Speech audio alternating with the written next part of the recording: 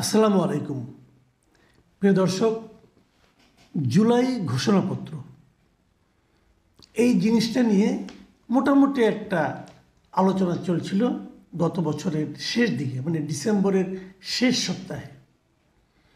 এবং এ সময় ডিসেম্বরের 31 তারিখে একটা তারিখ নির্ধারণ করেছিল বৈষম্য বিরোধী ছাত্র আন্দোলন এবং জাতীয় নাগরিক কমিটি। মূলত তারাই উদ্যোগ নিয়েছিল, মানে তারা বলতে চেয়েছিল, প্রথমে তারা বলেছিল যে প্রোক্লেমেশন অফ রেভলিউশন।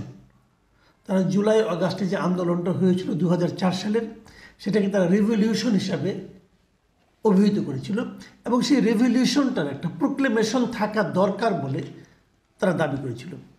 এরও আগে এ ধরনের একটা দাবির কথা আমি শুনেছিলাম জনাব ফরহাদ মাজহার সাহেবের কণ্ঠে।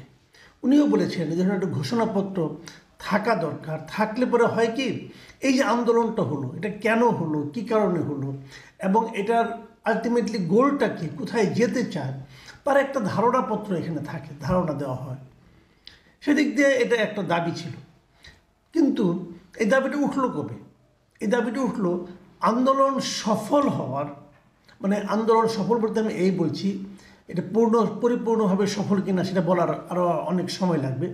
কিন্তু আন্দোলনের যে প্রাথমিক বিজয়, মানে শেখ হাসিনা সরকারের পতন যে ঘটল, তারপর নতুন একটা অন্তর্বর্তীকালীন সরকার দায়িত্ব নিলেন, তারও সাড়ে পাঁচ মাস পরের দিকে এই আন্দোলনের কথাটা বলা হতে থাকলো যে এরকম একটা প্রোক্লেমেশন থাকা উচিত, ঘোষণাপত্র থাকা উচিত। এবং এই কথাটা বলে এই বৈষম্য বিরোধী ছাত্র আন্দোলন এবং জাতীয় নাগরিক কমিটি ওনারা নিজেরাই নিজ দায়িত্বে এই ঘোষণাপত্রে একটা খসড়া তৈরি করলেন এবং তারা বললেন 31 তারিখে তারা এটা ঘোষণা করবেন জাতীয় শহীদ মিনারে, কেন্দ্রীয় শহীদ মিনারে। প্রথম দিকে সরকারের পক্ষ থেকে এটাকে খুব একটা গুরুত্ব দেওয়া হয় নাই। পরবর্তী সময়ে সরকার বলল না, ওদের করা দরকার নেই, আমরাই করব। এটা 30 তারিখ রাতে সরকারের পক্ষ থেকে ঘোষণা দেওয়া হলো তোমাদের করতে হবে না, আমরাই সকলের সঙ্গে মিলে আমরা একটা উদ্যোগ নিয়েছি, আমরা এই ধরনের একটা ঘোষণা করব। তাদের আন্দোলনটা তারা স্থগিত করলো, ওখানে একটা বিকল্প তারা একটা কর্মসূচি দিল।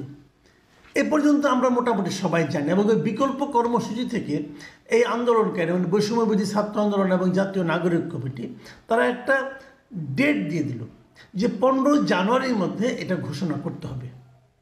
15 জানুয়ারি চলে যাওয়ার তাদের সেই যে ডেডলাইন যেটা ছিল, তাদের সেই ডেডলাইন অথবা আলটিমেটাম যাই বলেন, সেটা শেষ হওয়ার একদিন পরে, মাইন্ড ইট, একদিন পরে, আগে না কিন্তু, একদিন পরে সরকারের পক্ষ থেকে সমস্ত রাজনৈতিক দলকে ডাকা হলো যে আসুন, বসুন আমাদের সঙ্গে, আসুন আমরা আলোচনা করি যে জুলাই গণ অভ্যুত্থানের একটা ঘোষণাপত্র তৈরি করা যায় কিনা।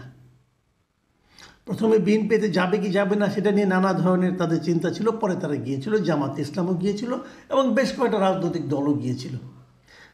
সেই ঘটনাটা ছিল আজকে 16 তারিখে সবাই মিলে বসেছে।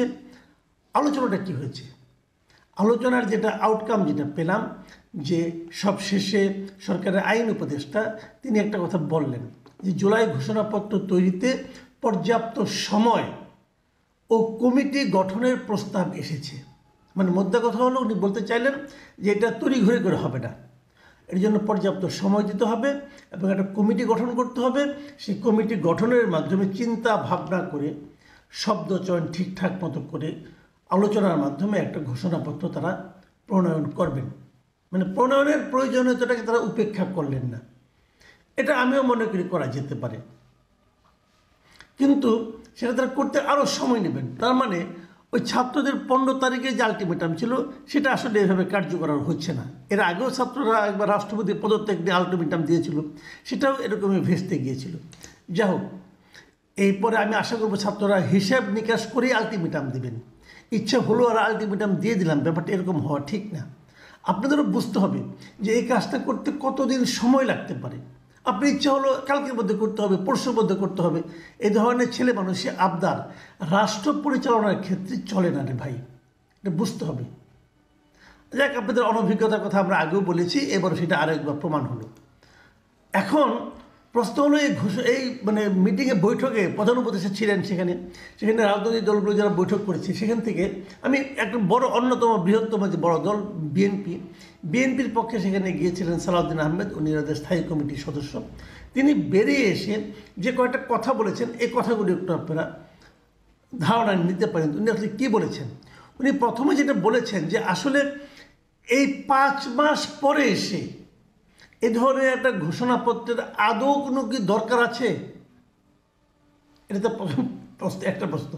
আর দ্বিতীয় প্রশ্ন হলো, যদি ঘোষণাপত্র করতেই হয়, যদি করেন আপনারা করেন, সবাই মিলে করলে ভালো, কোনো আপত্তি নাই, কিন্তু এটা করতে যেয়ে যেন যে ঐক্য তৈরি হয়েছিল মানে স্বৈরাচারকে তাড়ানোর ক্ষেত্রে, যে গণ আন্দোলনকে সফল করার ক্ষেত্রে, সেই ঐক্যে যেন ফাটল সৃষ্টি না হয়। এটা বিএনপি নেতা সালাউদ্দিন সাহেবের বক্তব্য। লক্ষ্য করুন, এই ফাটলের প্রশ্নটা উঠছে কেন? উঠছে এই কারণে এই আন্দোলনটা, এই বিপ্লব আন্দোলন যাই বলেন না কেন, এটাকে কিন্তু প্রত্যেকটা পলিটিক্যাল পার্টি তার মতো করে অংশ নিয়েছে, এবং প্রত্যেকটা পলিটিক্যাল পার্টির আলাদা আলাদা দৃষ্টিভঙ্গি আছে। কাজেই এরকম একটা ঘোষণাপত্র করতে যেয়ে যদি বিশেষ কোনো একটা গোষ্ঠীকে অতিরিক্ত ক্রেডিট দেওয়া হয়, সেটা হয়তো এই দলগুলো পছন্দ করতে চাইবে না, পছন্দ যে করবে না সেটা বিএনপি স্পষ্টই বলে এলেন। এটা বলার পর তারপর এটা করা কতটুকু সহজ হবে আমি জানি না, কারণ দাবিদার তো অনেকেই। তখন কার কী অবস্থান ছিল সেটা আমরা দেখেছি, স্টুডেন্টদের অবস্থানও আমরা দেখেছি, অন্যান্য পলিটিক্যাল পার্টির অবস্থানও দেখেছি। আন্দোলন তো কেবল 36 দিনই হয়নি, তারা আরও আগের থেকে হয়েছিল। এটা হলো চূড়ান্ত পর্যায়। কাজে চূড়ান্ত পর্যায়ে কার কী অবস্থান সেটাও দেখেছি, আগের অবস্থান আমরা দেখেছি। কাজে সব মিলিয়েই কিন্তু একটা প্রোক্লেমেশন করা যেতে পারে। যেমন সালাউদ্দিন আহমেদ সাহেব বলেছেন যে সেটা প্রণয়ন করতে গিয়ে যাতে সংশ্লিষ্ট সবাইকে অন্তর্ভুক্ত করা হয়, তাদের পরামর্শ নেওয়া হয়, সেই পরামর্শ আমরা দিয়েছি।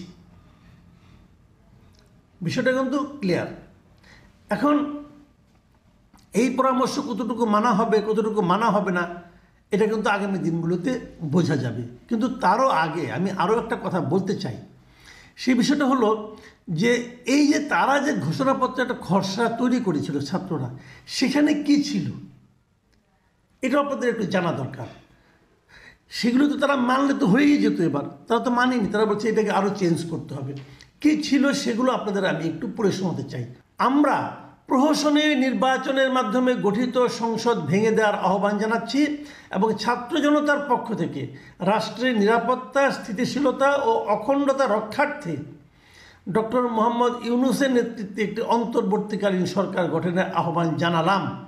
এই যে কথাটা, মানে ওনারা আগের সংসদ মানে শেখ হাসিনার সংসদ ভেঙে দেওয়ার আহ্বান জানাচ্ছেন এবং ডক্টর ইউনূসের নেতৃত্বে সরকার গঠনের কথা বলছেন।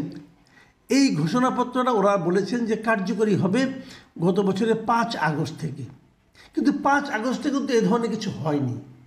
5 আগস্টে কিন্তু ডক্টর ইউনূসের নেতৃত্বে একটা সরকার গঠনের কোনো প্রস্তাবনাও আসেনি। তো যাই হোক, এটা হয়তো উনি বলবেন যে আমরা এই ধরনের প্রস্তাব মনে মনে ভেবেছিলাম, প্রকাশ করিনি, হতে পারে। কিন্তু সাধারণ মানুষের কাছে কিন্তু এটা গ্রহণযোগ্যতার ওই জায়গায় ধরা খেয়ে যাবে। সংসদ ভেঙে দেওয়ার কী আছে? শেখ হাসিনা এই সংসদকে ওইভাবে ভেঙে দেওয়া হয়েছে, শেখ হাসিনা চলে গেছে, সংসদও শেষ, তাই না? যাই হোক, তবু তারা এটা বলেছেন। আবার তারা আরও কিছু কথা বলেছেন, যেমন ধরা যাক আমরা সুশাসন ও সুষ্ঠু নির্বাচন এবং ফ্যাসিবাদী ব্যবস্থার পুনরাবৃত্তি রোধ নিশ্চিত করার জন্য অন্তর্বর্তী সরকার প্রয়োজনীয় সংস্কার সম্পন্ন করবে, এই অভিপ্রায় ব্যক্ত করলাম। মানে এখন যে সংস্কারটা হচ্ছে, এই সংস্কারের অভিপ্রায়টা তখনই ব্যক্ত করেছে বলে এটার মধ্যে লিখতে হবে, যদিও তখন কিন্তু এই সমস্ত সংস্কারের কথা সেভাবে বলা হয়নি। তার মানে যে কাজগুলো তারা এখন করছে সেগুলো তখন উচ্চারণ করা প্রয়োজন ছিল বলে তারা মনে করছে। আর আরেকটা কথা বলি, সবগুলি পড়বো না, পড়া দরকার না, আরেকটা জায়গায় পড়ি আমি। সেখানে বলা হয়েছে আমরা ফ্যাসিবাদ ও স্বৈরাচারকে লালন করার দলিল 1972 সালের সংবিধান সংশোধন বা প্রয়োজনে বাতিল করার অভিপ্রায় ব্যক্ত করিলাম। মানে 72-এর সংবিধানটাকে ওনারা সংশোধন অথবা বাতিল করতে হবে, ভালো কথা। কিন্তু তার আগে ওই সংবিধানকে ওনারা যেভাবে ডিফাইন করেছেন সেটা কিন্তু মারাত্মকভাবে আমি মনে করি যে আপত্তির প্রশ্ন উঠতে পারে। ওনারা বলেছেন যে ফ্যাসিবাদ ও স্বৈরাচারকে লালন করার দলিল, মানে ওই সংবিধানটা তৈরি করা নাকি হয়েছে ফ্যাসিবাদ এবং স্বৈরাচারকে লালন করার জন্য। এই জায়গাটাতে আমার মনে হয় খুবই অতি সরলীকৃত মন্তব্য করা হয়েছে। যখন চূড়ান্তভাবে ঘোষণাপত্রটা হবে আমার ধারণা এ ধরনের কথা সেখানে থাকবে না, কারণ এটা খুবই ছেলে মানুষই কিছু কথাবার্তা, অতি সরলীকৃত কিছু কথাবার্তা এখানে দেওয়া হয়েছে। একটা ৭২ সংবিধানকে আপনি একদম ফু দিয়ে উড়িয়ে দিচ্ছেন এবং এটাকে আপনি স্বৈরাচারের লালন এবং ফ্যাসিবাদ স্বৈরাচারের লালন করার জন্য একটা দলিল বলছেন। এটা যেন কেন আমার যেন কেমন মনে হয় যে এটা ঠিক কিনা। যা হোক, এরকম আরও অনেক কিছু আছে, এগুলো দেখেই তারা সিদ্ধান্ত নিয়েছেন যে তারা এটা আরও সময় নিয়ে আরও বুঝে শুনে করবেন। তো এই জায়গাটা থেকে আমরা দুটো জিনিস দেখতে পেলাম। একটা কথা হলো ছাত্রদের জন্য একটা শিক্ষা, আমি মনে করি তাদের শেখা উচিত, বোঝা উচিত, তড়িঘড়ি করে কোনো কাজ হবে না, গায়ের জোরেও কিছু হবে না, চিন্তা ভাবনা করে ধীর স্থিরভাবে মতামত ব্যক্ত করতে হবে। এবং তারা এর আগেও কিন্তু এরকম করেছেন, একবার প্রেসিডেন্টকে পদত্যাগ করতে বলে কতক্ষণ লাফালাফি করেছেন, পরে সেখান থেকে সরে এসেছেন। এই জিনিসগুলো বুঝতে হবে আপনাদের বয়স আসলেই একটু কম, যে আরেকটু ধীর স্থির হন, আরেকটু পড়াশোনা করুন, আরেকটু মানে অভিজ্ঞতার সঙ্গে আলাপ আলোচনা করুন, তারপরে সিদ্ধান্তে আসেন। বিষয়টা অত সহজ বোধ হয় না দুনিয়াটা। এই একটা জিনিস আপনাদের বুঝতে হবে। আর দ্বিতীয় জিনিস হলো যে জিনিসটা পজিটিভ বলে আমি মনে করি, সেটা হলো একটা এর ধরনের প্রোক্লেমেশন আসলেই বোধহয় দরকার। যদি করা হয় ভালো, কিন্তু সেটাকে এমনভাবে করতে হবে যাতে নাকি পরে এটাকে নিয়ে কোনো ধরনের বিতর্ক তৈরি না হয়। প্রিয় দর্শক, এখন এই পর্যন্তই। আল্লাহ হাফিজ।